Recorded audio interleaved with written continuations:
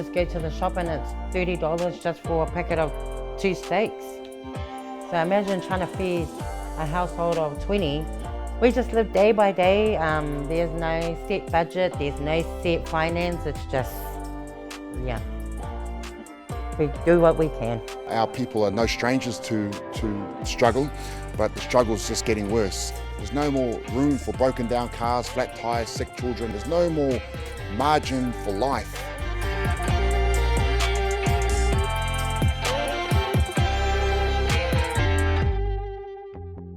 We have more young Pasifika athletes than ever before, competing in environments where they need the right food and nutrition to be at their best.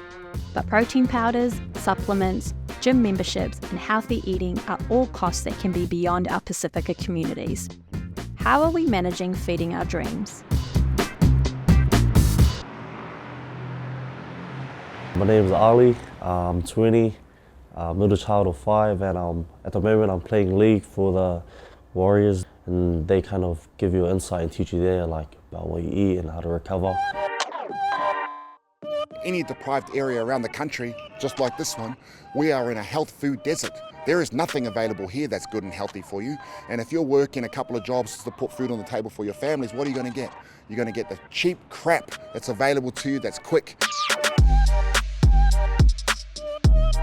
There will always be external factors that will work against you. But I suppose that's all part of making it to the top. You know, there's barriers, continuous barriers. You've got to be resilient. You've got to stay true to your heart and to your kaupapa, and then just believe in yourself. I think for Māori and Pacific that can be quite challenging at times. It's a very I and me kind of mentality. But that feeding off and that support network, they will carry them along to that space that they need to be. His other son, yeah, he was at our training. We were doing wrestle, and he asked me to wrestle, and I said, Jack, I wasn't going to wrestle him. Like my little things, I just do washing, try and have a meal when they come home from training or from work. Maybe if they need just to drop off somewhere, you know, not to take their vehicle, then that's me. But apart from that, no, there's no special diet, there's no special treatment. Yeah, no. Until we're earning like millions and millions, yeah, you might get a special treatment, but right now, no. Yeah, they kind of do tell you like what you have to eat and stuff, but personally, like at home, I just eat whatever mom cooks or whatever's available. I'm not too fussed. I just try to stay away from like, the sugars and like all the fast foods, like the fatty stuff. But yeah, sometimes I have a sneaky Macca's or something after the game. If you can apply these principles of how to fuel your body correctly, how to hydrate properly throughout the day, how to put the right foods in to make sure you're recovering, you're going to see huge benefits. The cost of living crisis is a fancy term that people like to put on struggling. We've seen this for a long time. Our people are no strangers to struggle, but the struggle is just getting worse. And the problem is that it's a whole bunch of people that are new to this feeling of struggle. There's no more room for broken down cars, flat tires, sick children. You might be middle class, something like that happens to you, you're in need of a food share service. You know, it's just a very tough time. There's no more margin for life. That's another reason why Pasifika family are more disadvantaged and feel an impact of cost of living, because the size of their households are huge. We've got to feed not only him, but there's 20 other people in the household. So my parents also live with us, so we've got to feed them first.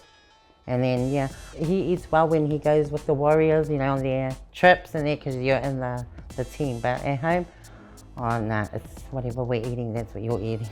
If you really get the fundamentals and the basics right, and that's making sure you've got good, healthy calories coming in, making sure you're eating enough calories, making sure you're fueling your training properly, so eating before, during and after your training sessions. Not only does it help your training, it helps you recover.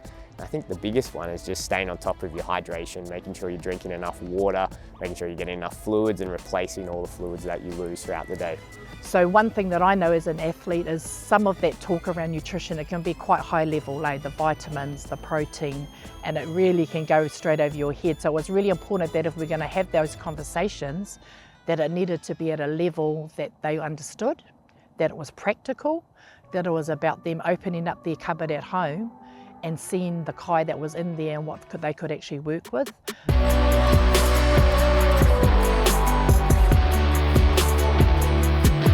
Like I don't provide my kids with that proper meal, but I saw a difference when you do follow the nutrition or plan.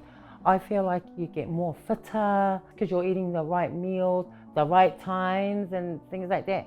But in saying that, all I've told my kids is, look, hey, we don't have that kind of money. We don't even have that kind of meal. But at the end of the day, it's all up to you. No matter what meal you take, train hard, get rid of it, and then go again. I would say that Pasifika people more disadvantaged because they normally have lower level of income. 60% of our clients are Pasifika and 25 are Maori. We see lots of people struggling. Yeah, you know, I hear it on Talkback all the time, you know, and having conversations with these right-wing politicians. Choice, personal choice. It's their choice, these lazy brown people. Well, the thing about choice is it implies equal starting points. And for so many of us, we're born so far behind the start line, we can't see it. It's a struggle, bro, having to choose between, do I pay my rent or do I put food on the table? And this is reality. The food in schools has been a really good thing because that program in itself is nutritionally balanced. We've noticed that in the last couple of years, the girls are actually coming to training not with a pie or with fizzies. We know that they've actually had a kai through their school. Like, we're grateful, like, whatever she does is good. You know, she's always there for me, and just up until like a couple of months ago, I just got a car, but before that, my mum's waking up early as 5:30 with me and taking me to trainings and picking me up after, so yeah, she sacrifices a lot. You know, I've always told my kids, bring something to the table, make something of your life. Yeah, maybe I didn't become a professional athlete or whatever, but if that's the path for you, give it your 100%. Yeah, you can play league, but it can finish, but you off the field and after, make sure that you're, just be grounded. We haven't made the millions or whatever, but hard work, pays off.